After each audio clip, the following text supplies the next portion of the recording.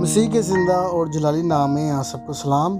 آج ہم جیکب کی بائبل سٹوری دیکھیں، یعنی یعقوب کی ہم بائبل سٹوری جو وہ دیکھیں گے۔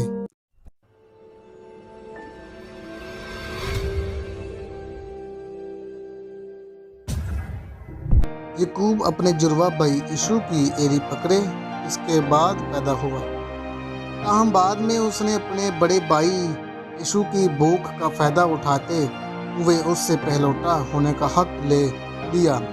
ایک اور موقع پر جب اس نے دھوکے سے اس کی برکت بھی چھین لی تو عیسو غضبناک ہوا، بس اسے بھائی غضب سے بچنے کے لیے ماں کے مشورے پر گھر سے بھاگنا پڑا اور یوں وہ کنعان سے پدان ارام میں اپنے ماموں لابن کے پاس آ گیا۔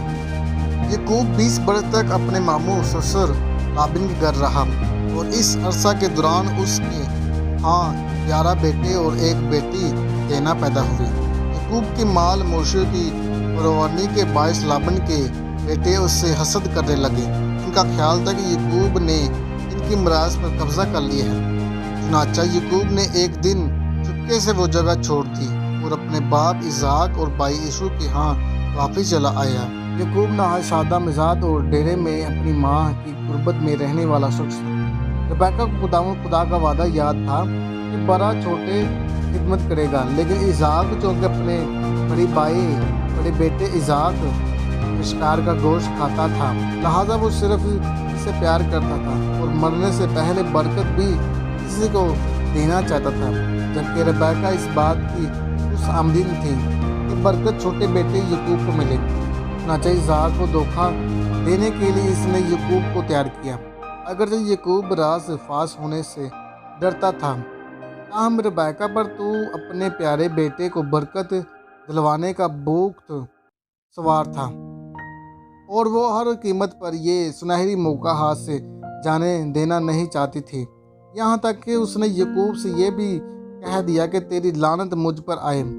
ماں باپ جب عیسویہ اس منفی کارروائی سے سخت ناراض ہوا تو اس ربیکہ یعقوب کو اس کے غضب سے بچانے کے لیے اس امید پر گھر سے اپنے بھائی کے پاس بھاگا دیا کہ جب تیرے بھائی عیسو کا غصہ ٹھنڈا ہو جائے گا تو میں تمہیں واپس بلا لوں گی۔ لیکن صد افسوس کے 20-21 سال بعد جب ماں کا لاڈلا بیٹا واپس کنعان آیا تو اس وقت تک اس کی ماں ربیکہ مر چکی تھی۔ یعقوب عیسو کے غضب کے ڈرے سے مایوسی اور پریشانی کی حالت میں گھر سے بھاگ گیا۔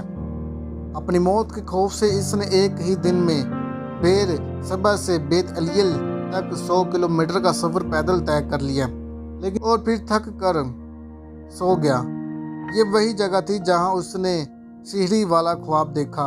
اسے خدا نے اسے شخصی طور پر ملنے کا تجربہ ہوا۔ اس موقع پر خداوند نے اس سے وعدہ کیا کہ دیکھ، میں تیرے ساتھ ہوں اور ہر جگہ کہیں تو جائے تیری حفاظت کروں گا اور تجھ کو اس ملک میں پھر لاؤں گا، اور جو میں نے تجھ سے کہا ہے جب تک اسے پورا نہ کر لوں تجھے نہیں چھوڑوں گا۔ آخرکار یعقوب نے عیسو کو پانس لیا کہ اگر تو مجھے اپنا پہلوٹا ہونے کا حق دے دے تو میں تجھے مسور کی دال اور ایک وقت کا کھانا دوں گا۔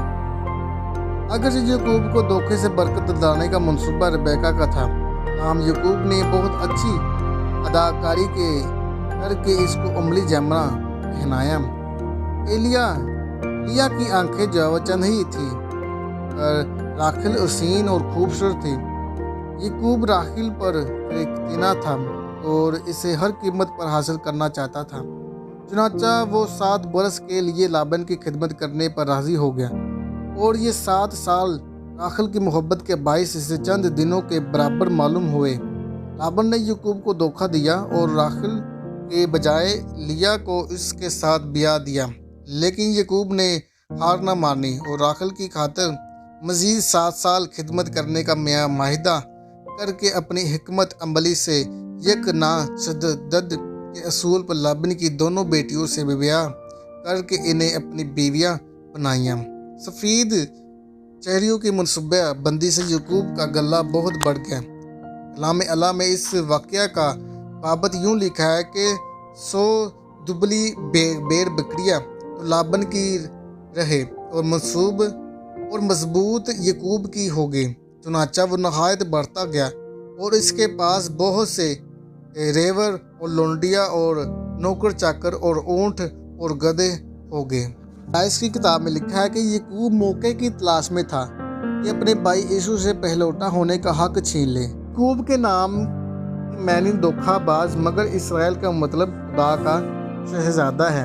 اگرچہ یعقوب کی طبیعت کا رجحان دھوکہ بازی، سبقیت لے جانا، تشریح کرنا اور زور آزمائی کی طرف تھا، تو بھی وہ خداوند کے اعلیٰ منصوبہ نجات میں شامل ہوا۔ خدا کی عظمت، خدا کی عظیم برکات اس کے 12 بیٹوں اور ان سے منسوب 12 قبائل کی خصوصی طور پر ہر زمانہ میں حاصل رہے۔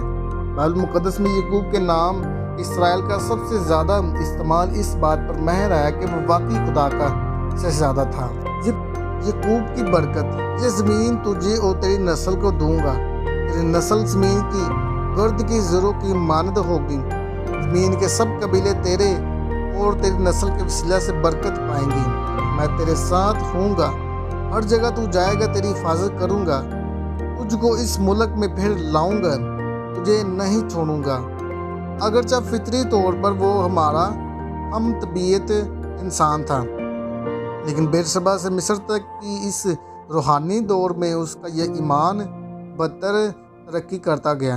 یوں اپنی زندگی کے آخر مصر میں قیام کے دوران اس نے نہ صرف یوسف کے بیٹوں رحائم اور منسی کو برکت دی، بلکہ اپنے 12 بیٹوں کو بھی مستقیل کی عظیم برکت سے نوازا۔ اور عبرانیوں کے خط کے 11ویں باب میں ایمان کے سورموں کا ذکر کرتے ہوئے منصف نے اس فصل میں یعقوب کا نام بھی لکھا ہے۔ اگر آپ کو ہماری یہ ویڈیو پسند ہے، اسے لائک کریں، کمنٹ کریں اور اپنے رشتہ داروں چیزوں کو شیئر کریں۔ اگر آپ چینل پر نئے ہیں تو چینل کو سبسکرائب اور بیل کو دبانا مت بھولیے۔ خداوند یسوع مسیح آپ سب کو برکت دے، آمین۔